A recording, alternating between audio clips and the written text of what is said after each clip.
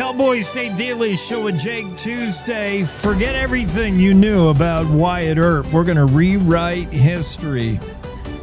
It's Janelle Molony, the Hottie historian, author. Heard the awards, the accolades for this young lady. I can't even, it would take the whole 15-minute segment to tell you all the awards she's won with her history research, the books. I was introduced to you through the Renee Jean story about Wyatt Earp and potentially his first gunfight. I think Wyatt Earp carries the name cachet, Janelle, but just the story of the Immigrant Trail through Iowa, the story of your great-grandmother making a trip like that is fascinating to me. Much, and then we introduce Brigham Young and Wyatt Earp and all these historical figures. It's incredible. So thanks for joining us. And, of course. Tell me how you're even interested in the past. Like, history is, other than ostriches in Arizona, which we'll talk about in a minute, why is history your jam? History is so much fun. Absolutely a blast to go back in time. And I think part of it came because I was homeschooling my child. And in order to do that responsibly, I needed to relearn some things and then provide that information in a fun, exciting, relatable way to him. And through that, I relearned, or I guess rediscovered that it can be fun when you get to learn it and teach it in that way. Not the way I was taught growing up. That was boring. But, when you have a little bit more self-advocacy, when you can see yourself in the story or put yourself in the story, then it's way more fun. Like Sarah Rousseau's diary, I can see myself in that story because she's my family member. Yeah, it's easy to put yourself in the story. You are there, DNA attached. Yeah, for sure. But you're right. Like, isn't that funny? We have to become adult. We have to do some adulting before we can appreciate history. As kids, history's dead. It already happened.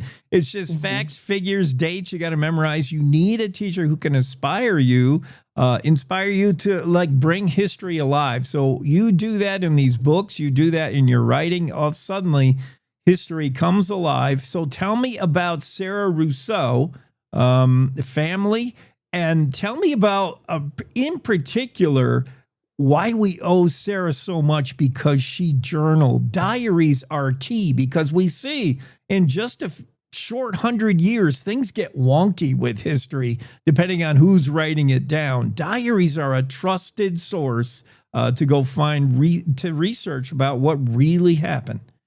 For sure. Well, to stay focused on the Wyatt Earp saga, if you will, Wyatt's been talking about his first gunfight to historians and novelists for 100 years. He was telling his friend or associate John Flood about this event back in 1925. John Flood made some notes, but Wyatt's the only one who's talking about it at this point. And Wyatt's a somebody, and who's going to believe he said, oh yeah, I got in a fight with Indians.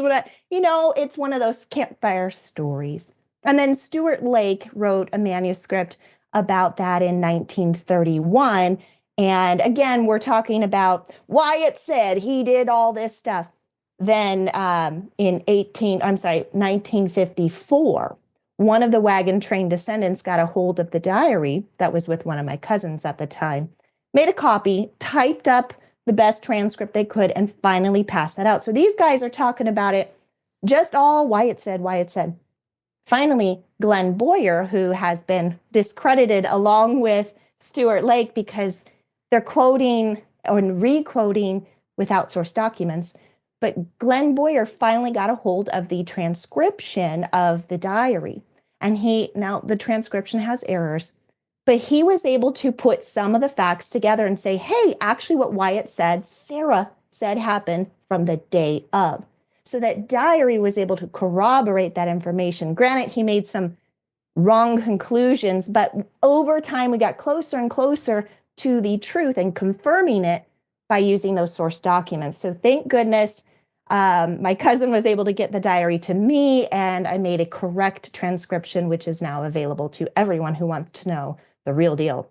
Yeah, and the real deal. So what did we thought we knew about Wyatt Earp? Obviously, Wyatt Earp. It was just a couple of days ago, Janelle, as you pointed out, that we celebrated the history of that shootout of the OK Corral. That's Wyatt Earp, man. He was trying to keep law and order in Tombstone. He told these outlaws they couldn't have firearms and they wanted to keep their guns, and they shot it out. And that wasn't the first time Wyatt's been in a scrape. In fact, we thought the first time Wyatt ever drew a gun and pointed it at another person, we thought that was in like Illinois. There was a story like we didn't know it was Wyoming. There's reason to believe now it happened in Wyoming in a little place called, Orin? Yeah, Orin was just a railroad stop for a long time. And before that, it was nothing, just a bend in the river. And in the summer of 64, they figured they could actually cross from the north side of the North Platte to the South Platte there. And eventually that spot was chosen by Jim Bridger because in that spot, the water was consistent and stable enough to put a ferry up. So now we have not precedence because it's after the fact, but we have corroborating evidence that this became a good place to cross the river. So there's that. And you were mentioning earlier the haunted hotels and stuff. And I was just down in Tombstone, Arizona for the Earpiversary. At the Tombstone Territory Rendezvous. And I don't believe in all this ghost, but I don't believe this, but let me tell you what happened. So I'm in a hotel room that is has a rear window facing the back of town, just like Johnny Ringo was in 82. Ooh. And the photographs on the wall come off the wall by themselves. And in particular, the Johnny Ringo photo came off the wall and it shattered and the frame broke and everything while my back was turned to it. And I think, so I picked up all the pieces and I took it to the hotel receptionist and I'm trying to figure out, how do I tell you I didn't do it so that I don't get charged? Right. So I bring this pile of broken pieces to her and I say, this came off the wall. And she said, again, no matter where we put it, no matter what frame, no matter how we hang it, that picture always comes off the wall. And I said, well, you can keep it. I don't need it in my room. Yeah, you hang on to it. Oh, my goodness. Now, what Janelle's referring to, she was a speaker at the Tombstone Territory Rendezvous Symposium just last weekend. All things Earp. What did you say? It was... Every year is themed. So we had one that featured women in the Tombstone-esque era of interest. And from there, I mean, it's a vague topic. From there, we just went down rabbit trails. But next year is going to focus on, I tease, the Okie Dokie incident, the OK Corral shootout behind the corral. And so that should be a really big year. Come down. The weather's not so hot. I'm all for that. We're talking to Janelle Molony. Her book. Now, what is this a book? Renee Jean, Learn From You, Immigrant Tales of the Platte River Raids. We can get this book, read this book. This is one of many that you have authored. Yeah, that's the one that's going to set Wyatt's story into context. Yeah. So it's going to be only source documents. So Stuart Lake's record is not in there. Glen Boyer's record's not in there. John Blair's, any secondary accounts, not in there. We're just going to look at the primary accounts. And of course, why it's there. So you're going to see what's really real. But I think it's fun because they don't include that story. Glen Boyer has a section from the John Flood manuscript. And Wyatt's coming up with this story. Wyatt's, when I was a kid, right? But he describes it in such a fun way. He says he was out in Orin, and Stuart Lake says he's standing up on a hill looking down on a creek and guarding the livestock, and he was dozing off. But in Glen Boyer's book, that is discredited, but also a good, fun read. He says that they spotted a dozen Indians sneaking down the river channel out of sight of the unsuspecting camp full of women and children. And Wyatt is about to shoot the leader when his friend restrains him. Impatiently, Wyatt pulls away and his aim, spoiled, fires into the air to warn the camp, and all hell breaks loose and pandemonium reigns, and the woman spills cooking grease into the fire and causes a huge blaze. It's very, very exciting. Sarah Rousseau does not say any of those things. I mean, if the fire went ablaze, that would have been in her diary. That would have been a significant event. But it's a fun read. But Janelle, when you're talking about Lake and Boyer and their descriptions of Wyatt Earp and the Wyatt Earp legends, yes, they embellish, they add stuff, they make it exciting, but that doesn't mean you throw the whole thing out. You found things where, yeah, that kind of jives with the diary of my great-grandmother. They were about, 30, 40, 50, 60 miles north of, they had taken out from Fort Laramie, right? And they were headed following the North Platte. So that would have put him in about Orin. You visited the place and you're like, here's what could have been the hill. Things did work. And she mentioned bullets flying, like things did jive with the embellished tales and a diary. Yeah, and the diary is just as exciting. I mean, you're going to have those in-between moments where they just camp and eat and there's nothing else. But yes, the bullets flew in every direction. The arrows whizzed and they collected arrows off the ground, I think, because they could take it to the fort and say, who were these people that attacked us? Yeah. Maybe. But, between her account and Nicholas Earp's 1865 letter that he wrote about it. Now, he doesn't say Wyatt Earp's name ever, not once. So some people have actually said, well, then how do you know Wyatt was there? Of course, Wyatt was with his father on their journey west. But it's little things like that that have caused these documents to become unreliable or suspect over many years, and they are not. They're perfectly harmonious. Her mileage adds up to 51.5 miles. And 7 months later, Nick Earp says it's exactly or about 50 miles. So even months between, their details line up. But his account is so... it's very beautifully written. His handwriting is wonderful, but you can tell Nick Earp is Nick Earp. And he writes, we'd been in camp but a little while. J.B. Hamilton and I.C. Curtis, Dr. Rousseau, and myself were seated on the bank of the river talking. And I happened to look around behind me, and about 400 yards off, I saw a squad of men on horseback galloping towards us. And I sprang to my feet and sang out, Indians, to arms, boys.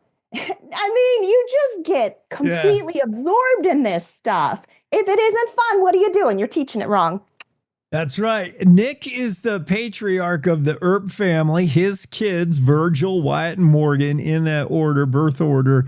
And he supposedly, now, is there truth that he did assign Wyatt, then 16 years old, with his little brother Morgan, 13, I think, at the time. He made them the guards with other guys, but he's like, you guys are on lookout tonight. 16-year-old and a 13-year-old, but these are the Earps.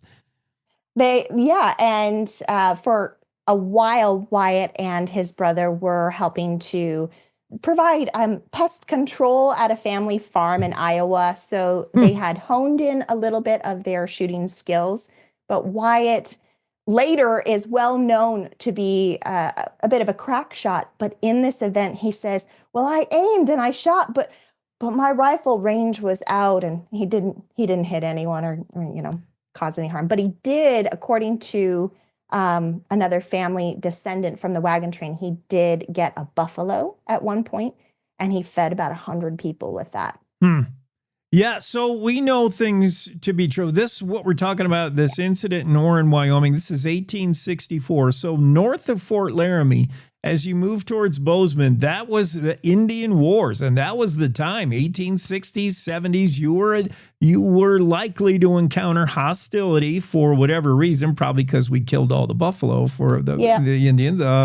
But yeah, that stuff was happening. Bullets were flying for sure. That's incredible. And this, just the whole story of the immigration west is just fascinating. I'm excited to read this book. Can I get it now? It's out, Immigrant Tales of the Platte River Raids. Immigrant Tales of the Platte River Raids is the it's kind of like an encyclopedia. It's a resource of 370 eyewitness accounts of that Platte River Raid event, which is 3 days. Now we have Indian attacks elsewhere, but this gets into the military response, which is really bad. Like they send out a regiment in response, and within a few miles of Fort Laramie, the Northern Plains Indians take all their horses, and now they're walking to respond. What are they going to do? They're never going to get there in time. Yeah. But it goes into the expeditions they take, who they pick to blame for this event, which is very tragic and unfair. And to my knowledge, Fort Laramie won't carry the book because it looks bad. It really looks bad on how we responded. But the immigrants, many of them are leaving the Civil War. They're whether they are hiding from the draft or whatever, but they're getting away from all of that, and they walk right back into it, to the point where when the military catch up to them, they say, "We need your men, your ammo, and your weapons for military purposes." And they get sucked back in and sent on these expeditions. And that whole story is laid out.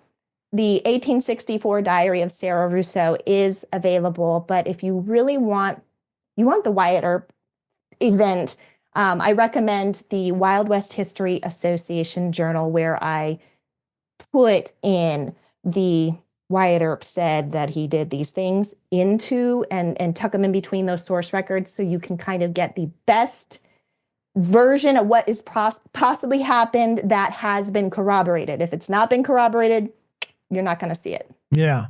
Janelle Molony has online presence. Find her online at Janelle Molony. Now, Molony spelled Molony. JanelleMolony.com. You can find out more and read some books, buy some books.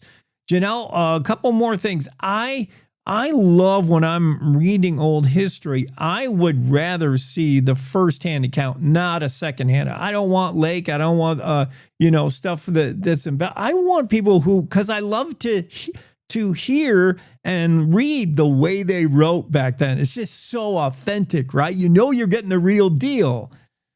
Yeah, exactly. I love that. And when you read Nick Earp's account, you cannot help but to pick up a twang. And Sarah's is just so prim and proper. And she's from London. So the way that she even views the world is very, very conservative. And she mentions, although I think this is a break, she, when they get to see Brigham Young, the kids like to hear this, she called him a very fleshy man, or in other words, it's kind of fat. And I think that's quite funny. I wouldn't have thought that. I was just going to bring that up next. Like they bump into Brigham Young. Besides the Wyatt Earp, I mean, the Brigham Young's pretty big deal. To just run into him on the trail, like Brigham Young could be anywhere in the United States. And we're talking once you got west of Iowa, like it was wild country. This was the Wild West. Yep. And whatever Brigham said happened. And then also, history's not as black and white. It wasn't all whites were hostile to all Redskins and vice versa. There was along the trail, I think Sarah even says that we met these Indian chiefs. We talked to them. It's cool to hear the whole story colored like completely. It's neat. Yeah, for sure. I do find that to be a spectacular thing on her account. And I don't know if it's maybe because she's a Londoner and she's not into all the rumors and such, whereas a lot of the miners and trappers, every Indian's a bad Indian at this point. And she just doesn't think of them that way. And they end up having breakfast with Chief Kanash, the Pavant Ute chief in Utah, for several weeks. They exchange stories of science and history, and they're learning from each other. She meets Chief Toashobi or Toshu in Nevada, who she says is a very handsome man. Although I've never seen a picture of him or even a sketch of him. I'd like to know if anyone could find, because he's so hot. She had to, she's 49, but she still obviously felt something. I'd like to see a picture, please. But they have these very positive reactions, and I appreciate that even after the attacks, the next Indian that they see with clear, open eyes and do not apply a prejudice to them. Good point. That's pretty neat. Yeah, find out more. I'm so fascinated. Janelle Molony brings history alive. The historian, author. Find out more about her at janellemolony.com. What about the next thing? What is this Birds Gone Wild due out soon? I saw you promoting it in a video. Ostrich ranching, successful ostrich ranching in Arizona. What got you into this?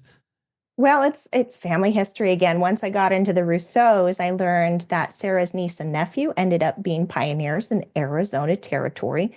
And then her niece, Desmona, was murdered by a stampede of ostriches on the road. And I said, oh my gosh, where did these ostriches come from? I need to know more. And so I deep dived into the history of ostrich ranching in Arizona.